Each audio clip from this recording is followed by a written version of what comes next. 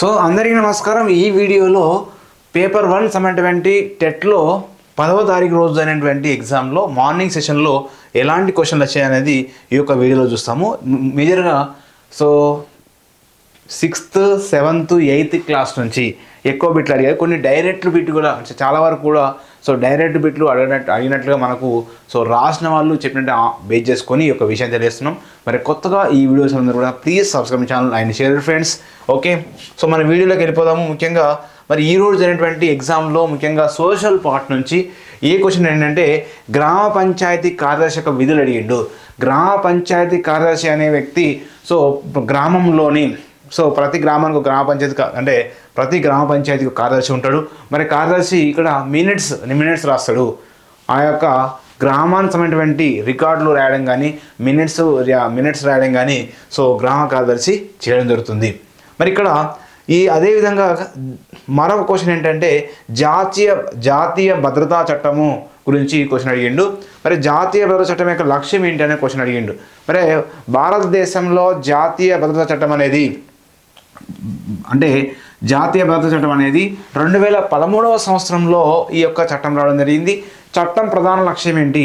So పేదవారికి ఇక్కడ so పేదవారికి కావాల్సినటువంటి ఆహారాన్ని అందజేయడం, వారికి ఆహార ధాన్యాలను అందజేయడం. అది సో ఆహార ధాన్యాల్లో రైస్ కానీ మరియు గోధుమలు కానీ వివిధ రూపాలలో వారికి ఆహార ధాన్యాలు అందించడం. అంటే పేదవారికి మరి పేదవారికి అంత్యోదయ కార్డు ద్వారా 35 కిలోల బియ్యం అనేది ఇవ్వడం జరుగుతుంది.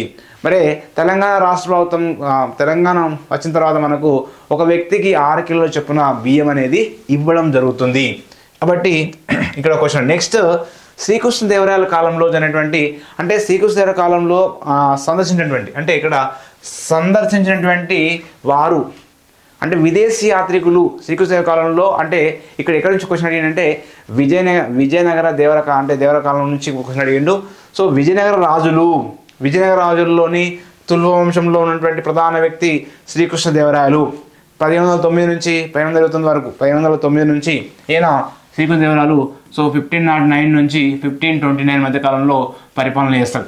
ఈయన కాలంలో శ్రీకృష్ణదేవరాయల కాలంలో వచ్చినటువంటి ఎవరు వచ్చారని చెప్పేసి ఎవరు సందర్శించారు అన్నటువంటి ప్రశ్న అడిగిండు. మరి ఎవరు సందర్శించారు ఇక్కడ? సో ఇక్కడ ఒక కోడ్ మీరు గుర్తుపెట్టుకోవచ్చు, డాబా అనే కోడ్ గుర్తుపెట్టుకోవచ్చు. డాబా అనేటువంటి కోడ్ గుర్తుపెట్టుకోవచ్చు. శ్రీకృష్ణదేవరాయల కాలంలో వచ్చినటువంటి పేర్లు విదేశీ యాత్రికులు వచ్చినటువంటి పేర్లు ఇద్దరు ఉన్నారండి. ముఖ్యంగా మనకు పుస్తకంలో మాత్రం ఒకళ్ళే ఇచ్చారు, కానీ ఇద్దరు కూడా ఉంటారు. మనకు కాంపిటేటివ్ పరం పనిచేస్తుంది. డాబా అనే కోడ్ ఏంటి? డొమింగ్ ఫెయిజ్ మరియు బార్బోసా ఏంటండి? బార్బోసా ఇద్దరు కూడా రావడం జరిగింది. ఇక్కడ డొమింగ్ ఫెయిజ్ అనేది మనకు టెక్స్ట్ బుక్లో 7th క్లాస్లో ఉంటుందండి. 7th క్లాస్లో ఉంటుంది. నెక్స్ట్ చోళ పరిపాలనలో ప్రధానమైనది గ్రామ పరిపాలన. చోళ పరిపాలన గురించి క్వశ్చన్ అడిగిండు. సో గ్రామ పరిపాలన సో ఇక్కడ నుంచి ఒక ప్రశ్న అనేది రావడం జరిగింది. నెక్స్ట్ సో మెరిడియన్ ఇక్కడ సో ప్రపంచానికి ప్రధానమైన రేఖ అయినటువంటి సో ఇక్కడ గ్రీన్విచ్ మీన్ టైం అంటాం. సో ఇక్కడ GMT so Greenwich mean time. Next IST Indian standard time. So మరి ఇక్కడ మెరిడియన్ రేఖ గురించి కూడా మనకు క్వశ్చన్ అనేది రావడం జరిగింది. నెక్స్ట్ సైకాలజీలో ఏ ప్రశ్న అడిగాడు? సైకాలజీలో అంతర్దృష్టి సిద్ధాంతము. ఈ అంతర్దృష్టి సిద్ధాంతం పైన కూడా క్వశ్చన్ అనేది రావడం జరిగింది. నెక్స్ట్ కోల్బర్గ్ నైతిక వికాస సిద్ధాంతము. నైతిక వికాస సిద్ధాంతం గురించి మనకు ఈ యొక్క ఆ దశలో ఉన్నటువంటి ప్రశ్నలు అనేది పూర్వ సంప్రదాయ స్థాయి, ఉత్తర సంప్రదాయ స్థాయి ఆ అంశాల నుంచి మనకు క్వశ్చన్ అడగడం జరిగింది. కాబట్టి కంపల్సరీగా చూసుకోవాలి. నెక్స్ట్ ఇక్కడ RPW 2016 వైకల్యంలో ఉన్నటువంటి ఈ వైకల్య చట్టం గురించి ఈ వైకల్యం చట్టం నుంచి ప్రశ్నలు అడగడం జరిగింది. ప్రశ్న అనేది నెక్స్ట్ అభ్యసన బదలాయింపులు ఇక్కడ అనుకూల బదలాయింప మరియు ఈ అభ్యసన బదలాయింపులోని అక్కడ అనుకూల బదలాయింపు ఉంటుంది. నెక్స్ట్ ద్విపార్శ బదలాయింపు ఉంటుంది, శూన్య బదలాయింపు ఉంటుంది. కాబట్టి వాటి నుంచి ఈ అభ్యసన బదలాయింపుల మీద ప్రశ్న అడగడం జరిగింది. సో రెండు అంశాలు ఒకదానితో ఒక సంబంధం ఉన్నప్పుడు అక్కడ అనుకూల సో ఇక్కడ అభ్యాసం అనేది అనుకూల అభ్యాసం జరుగుతుంది. అంటే ధనాత్మక అభ్యాసం జరుగుతుంది, రుణాత్మకమా ధనాత్మకమా అనేటువంటి ప్రశ్నలు ఇక్కడ నుంచి ఒక క్వశ్చన్ రావడం జరిగింది. నెక్స్ట్ వచ్చేసి పరిణితి అంశం పైన. ఈ పరిణితి అనేది ముఖ్యంగా ఈ వికాస దశలలో ఉన్నటువంటి పరిణితి అంశం మీద ఒక క్వశ్చన్ రావడం జరిగింది. బ్రూనర్ సిద్ధాంతం పైన ఒక ప్రశ్న కూడా రావడం జరిగింది. నెక్స్ట్ తెలుగు నుంచి ఈ మధ్యకాలంలో తెలుగులో డైరెక్ట్ క్వశ్చన్ అడుగుతున్న కొన్ని ఏంటంటే శేషం లక్ష్మీనారాయణాచార్య ఏ జిల్లాకు చెందిన వ్యక్తి అనేటువంటి ప్రశ్న అడగడం జరిగింది. మరి శేషం లక్ష్మీనారాయణాచార్య అనేటువంటి కరీంనగర్ జిల్లా నగునూరు గ్రామం చెందిన వ్యక్తి. సో ఇక్కడ ఏం ప్రశ్న అడిగిండు, శేషం లక్ష్మీనారాయణాచార్య ఏ జిల్లా చెందిన వ్యక్తి అంటే కరీంనగర్ జిల్లా చెందిన వ్యక్తి. ఏ గ్రామం అంటే నగునూరు అనేటువంటి గ్రామము. ఏ గ్రామము? నగునూరు అనేటువంటి గ్రామము. నెక్స్ట్ సవర్ణ దీర్ఘసంధి మీద ప్రశ్న అడిగిండు. అంటే దేవాలయం అంటే ఆ ఈ ఊరులకు అవే అచ్చులు పరమైతే వాటి దీర్ఘాలు ఏకాదశం అవును. సవర్ణ దీర్ఘసంధి. ఓకేనా. ఇక్కడ దేవాలయం ఆలయం కాబట్టి ఇక్కడ సవర్ణ దీర్ఘసంధి మీద క్వశ్చన్ అడగడం జరిగింది. ఆహారం వికృతి ప్రకృతి కంపల్సరిగా అంటే ఇక్కడ ఈ ప్రకృతి వికృతి పైన సో తప్పకుండా అడుగుతున్నాడు. ఆహారం అంటే ఓగిరం అనేటువంటి ఇక్కడ. నెక్స్ట్ రాణి శంకరమ్మ గురించి మనకు ఉయ్యాల పాట ఉంటుంది.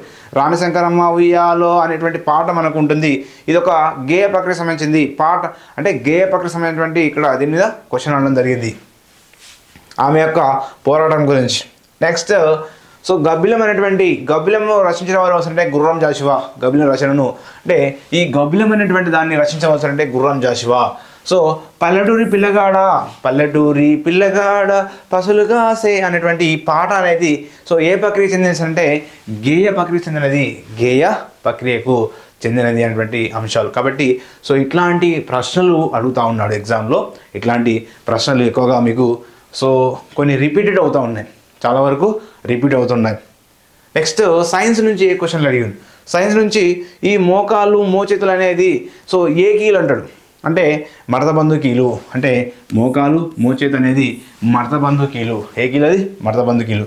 నెక్స్ట్ రక్తనాళాల పైన అంటే రక్తనాళికల పైన అంటే ఇక్కడ ఈ బ్లడ్ సెల్స్ పైన ప్రశ్న ఒకటి అడగడం జరిగింది. నెక్స్ట్ గణితం నుంచి కాసాగు గాసాబా. నెక్స్ట్ బీజగణితం నుంచి కూడా క్వశ్చన్ అడిగిందండి. బీజగణితం నుంచి ఒక క్వశ్చన్ అడగడం జరిగింది. బీజగణితము. నెక్స్ట్ సంఖ్యామానం నుంచి క్వశ్చన్ అడిగింది.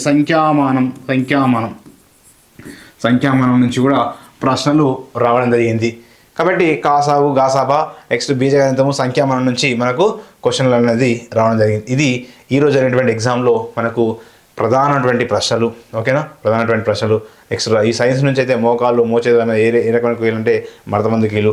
నెక్స్ట్ ఇది తెలుగు సంబంధించినటువంటి కాబట్టి ఇవన్నీ కూడా మేజర్గా కొన్ని అంటే మళ్ళీ అడిగిన ప్రశ్నలు కూడా అడుగుతూ ఉన్నాడు. కాబట్టి సో తప్పకుండా ఈ వీడియో చూడండి, మీ ఫ్రెండ్స్ కూడా షేర్ చేయండి.